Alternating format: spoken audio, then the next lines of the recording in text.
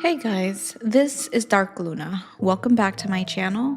Today I'll be reading a few spooky and creepy stories that I found on Reddit. Hope you guys enjoy these ones, and alright, let's get on with these stories.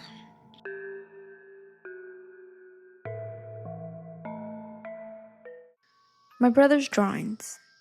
It started when my mom took away Ronnie's video games. I walked into his room hoping that my intentions to cheer him up were made clear enough for him not to misinterpret it. Hey, what you drawing? He was furiously scribbling away at a piece of paper. I thought he might rip it up in his furious state. I'm drawing Mom. He didn't sound angry. No, he sounded more bitter than anything else. I came up behind him and put my hand on his shoulder. Oh? What's she doing in this one? Before I could ask anything else, I actually looked at the piece of paper. Ronnie had drawn our mother in a vicious state. She was disemboweled and stuffed in a box. I straggled back. Why are you drawing this, Ron? I asked, concerned. Before he could make any more progress, I grabbed the paper and crumpled it up. I turned to leave his room and throw it away when he spoke again. It's too late. He said this so quietly that I wondered if he whispered it. I turned around. What do you mean? Mom is going to leave soon. That was the only thing he said. Ronnie didn't come for dinner. Mom said she was going for a walk after dinner to get some fresh air. She never came back. A few days later, she was reported missing, and a few days after that, she was found. It wasn't the fact that she was found that terrified me. It was the fact that she was found in the exact same way Ronnie had portrayed her in his drawings. It had to be a coincidence. I was thinking too much about it. I mean, it could have happened to anybody. It was after Mom's funeral that the next incident occurred. Ronnie and I were watching TV in the living room when Dad poked his head in. Hey boys, you doing all right? Ronnie was brooding, so I responded. About as much as the situation will let us. I'm sorry about your mother. I know it's not much, but do you boys want to get some takeout tonight? I'll get our favorites. That's great, Dad. Thanks. Before I could say anything else, another voice rang out. I'm glad she's gone. Dad and I both looked at Ronnie, who had now gotten up and was getting ready to leave the living room. He tried to squeeze past Dad, but was stopped. Hold up, little man. What was that? Ronnie is 8, but I could have sworn that the look he gave to my father was one of pure, unadulterated contempt. I said, I'm glad Mom is dead. He pushed past Dad and ran upstairs. What the hell was that? We asked each other at the same time. We had no clue what was getting into Ronnie. Dad and I talked it over and determined it was likely an issue of him grieving more than anything else. I wish we had looked a little closer. Dad left to go get pizza. He didn't come back. I went up to Ronnie's room and found what I knew was going to be in there. A drawing. It showed Dad in a car accident, the entire top half of the car as well as him thrown off by a stray piece of sheet metal from a shipping truck. I got the call a few hours later. Going out to the spot where the accident happened, everything in the drawing was shown to have occurred. We couldn't find his top half for hours. Turns out, it was in a field a few meters away along with the sheet metal. His torso had gone with it. It was a pattern now. I think the events in Ronnie's drawings are actually happening. Being that him and I were orphans, we were sent to live with our aunt by the state. She's great and cares a lot about the both of us. I really respect her for taking this duty on. I'm writing this because I don't know how much time I have left. You see, Ronnie and I got into a bit of a fight today. It was nothing physical, but alas, he's an 8-year-old. Regardless of what I did, an overreaction was in order. He went stomping up to his room, and I had a good feeling about what he was going to do. By the time I had opened his door, I found him standing in front of his window, drawing the drawing. It was of me this time. It showed me standing at our aunt's front door with someone. They had what looked like a blade of sorts. I looked a little closer and was shaken by what I saw. In place of my head was a fountain of red. My head had been cut off. It was a few feet from me on the ground, blood pooling where it laid. Before I could do anything, Ronnie let go of the drawing. It was particularly windy that day, so any chance I had of stopping him went out the window with the damn drawing. I never was able to find it, even after hours of searching. So, I sit here now. I don't want to get up from my spot on the couch in the living room for fear that something bad might happen to me. I locked all the doors and I am now waiting for anything to happen. I just heard the doorbell ring. I don't know if I want to answer it. True Pokemon Go scary story. So, this story takes place in late 2016, the year Pokemon Go came out, and the time the game had huge hype around it. So, me being a teenager who wanted to play what everyone else was playing, I got the game myself and I enjoyed it. One of my friends also played the game, and we had the idea of having a sleepover at my house and have one of our Pokemon adventures together. We both thought it was going to be a lot of fun. So, we got it organized, and my friend, who I will call Dan, stayed over at my house. For the day, we messed around, ate snacks, played video games on my PS4, and etc. It was at 10 p.m. when Dan suggested we go out and we play Pokemon Go. I brought up that it was too late, but he persisted. So I asked my mom if it was fine, and she said it was. Sure, I had my concerns and all, but I honestly thought nothing bad would happen. This was due to the fact that I lived in a small, quiet town. No one would be out this late, so it wasn't like we were gonna get mugged in the alley.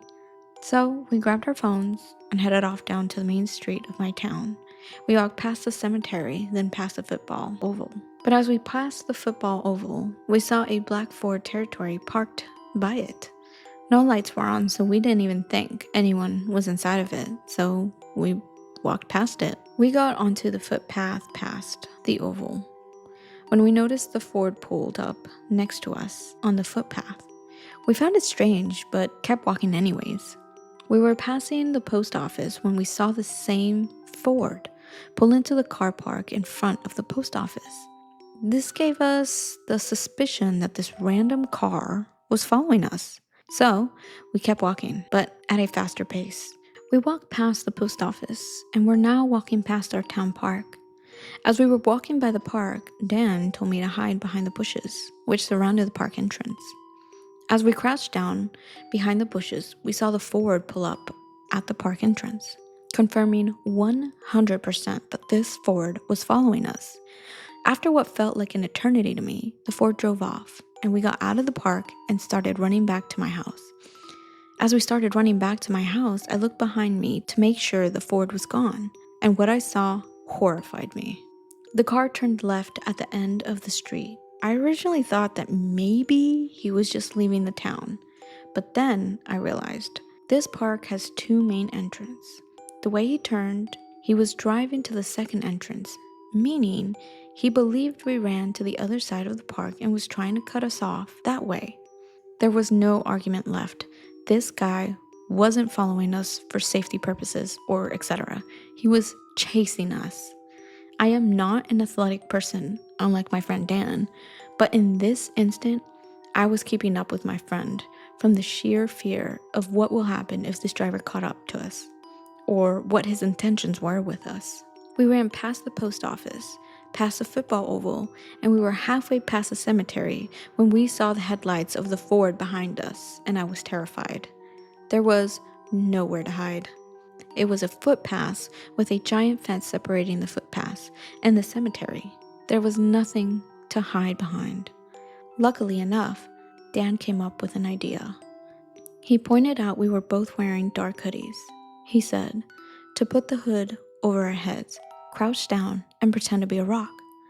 At the time, I thought it was an absolute stupid idea, but that was all we had. So we just did that, pretended to be rocks, and the Ford drove past us, no slowing down at all, which meant this stupid plan actually worked. After we drove past, we continued booking it. We were at the end of the cemetery when we saw him driving our way again. This time, there was a bin to hide behind, which we did. He drove past us again, and we continued booking it. We got to my house and locked the door behind us to ensure some kind of safety. We explained to my mom what happened, and after that day, she made some new rules. No more playing Pokemon Go at night, and my little sister was not allowed to go out by herself to play. She wasn't happy about that, but at the least, we are still here to tell the story. Haunted by what I think are Wendigos. I've had a long history of paranormal shit happen to me, but this takes the cake. I lived in the middle of Hickstown Swamp in Georgia when these took place. When I was 13, I ran away from home for personal reasons, booked it to the local nature trail in the middle of the wildlife reserve. I ran down it, and about 15 minutes in, a hand reached out from the bushes to my right and hit me in the chest. I got back up and looked at my attacker, but there was nothing there. I proceeded to run home crying like a real man. When I was 15, I was laying in bed scrolling through creepypasta articles when I hear a sort of rhythmic tapping on my window. I freak the fuck out and pretend I can't hear it for a while until I can't stand it anymore and pull the curtains back. It's only a raccoon. I hit the window and scare it off and try to calm myself down. About half an hour later, the same tapping, same rhythm, same pattern. Kind of went like click, click, scratch. Click, click, scratch. So I decided I'm going to shoot that raccoon with my BB gun so he won't come back. I grab my BB gun, open the door, take aim, and there's a shadowy figure, vaguely resembling a man, staring right at me, right on the border of my lawn that connects my yard to the huge expanse of wood around my house. And it just stared at me and slowly walking into the woods behind it. After that, I didn't sleep for about a week. Fall last year, on a walk down the nature trail with two of my friends, Anthony and Justin, at like 4 a.m. because we're horror movie cliches. We've been drinking, cracking jokes, great time. On the walk back home, I feel this awful presence. I look behind me and I see something at the end of the trail in the distance. My vision isn't the best, but from what I could tell, it looked like a man with a deer head. So I looked away, told my friends not to say a word until we got home. Justin knew of my past occurrences and he didn't really fuck with paranormal stuff. So he listened and just kept walking. Now here's a list of things I have heard/read about Wendigos and skinwalkers. They possess/steal people's bodies. You're not supposed to think or talk about them, so good luck, you guys. There's an overwhelming smell of blood/sulfur when they're present. They mimic other people's movements in erratic or strange ways. They don't get social tendencies. But Anthony just looked at me for like 15 minutes while walking perfectly straight. So I freaked out. I started doing the strange movements of my arms to see if he would mimic them, and every time he would. At one point, I locked both my arms and put them on my head, and he did the exact same thing. I was ready to just leave him in the woods that night, honestly. Eventually, he screamed something completely unintelligible, and it scared the shit out of me, so I threw a punch at him, and he dodged it. I apologized, told him to shut up, and told them all to run home with me. When we got there, we discussed what we saw and what happened, and Anthony said he completely blacked out as soon as he started walking the nature trail, only to wake up to me throwing a punch at him. About 2 months ago, this was where I drew the line. I've moved since this incident, and honestly, I don't plan on going back ever. I was walking down the nature trail again. Clearly, I hadn't learned my lesson. Listening to music, having a good time. This thick, like permeable smell of blood hits my nose, and I generally thought I had a nosebleed for a second, until through my headphones I hear someone talking. I take off one of my headphones and have a look around. Nothing. Speed walking the fuck out of there, it happens again. This time it sounds exactly like a man screaming, Instantly, I'm on the verge of fucking tears and I jerk back, look around as fast as possible, and I see it. There's a fully naked man, resembling more of a corpse than a man, with a bleeding, rotting horse head. His arms was extended outward to me.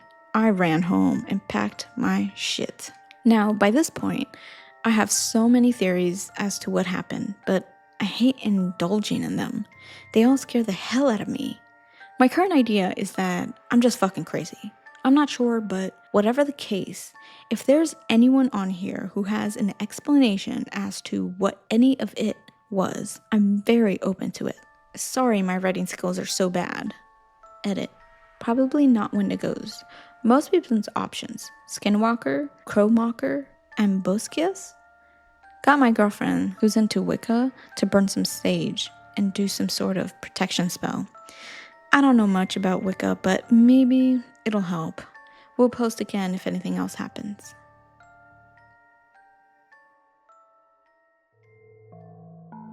Alright guys, that wraps up today's spooky and creepy stories that I found on Reddit. Let me know in the comments what you thought about these stories. Don't forget to like and subscribe my channel. I really appreciate you all very much. Until next story time, bye!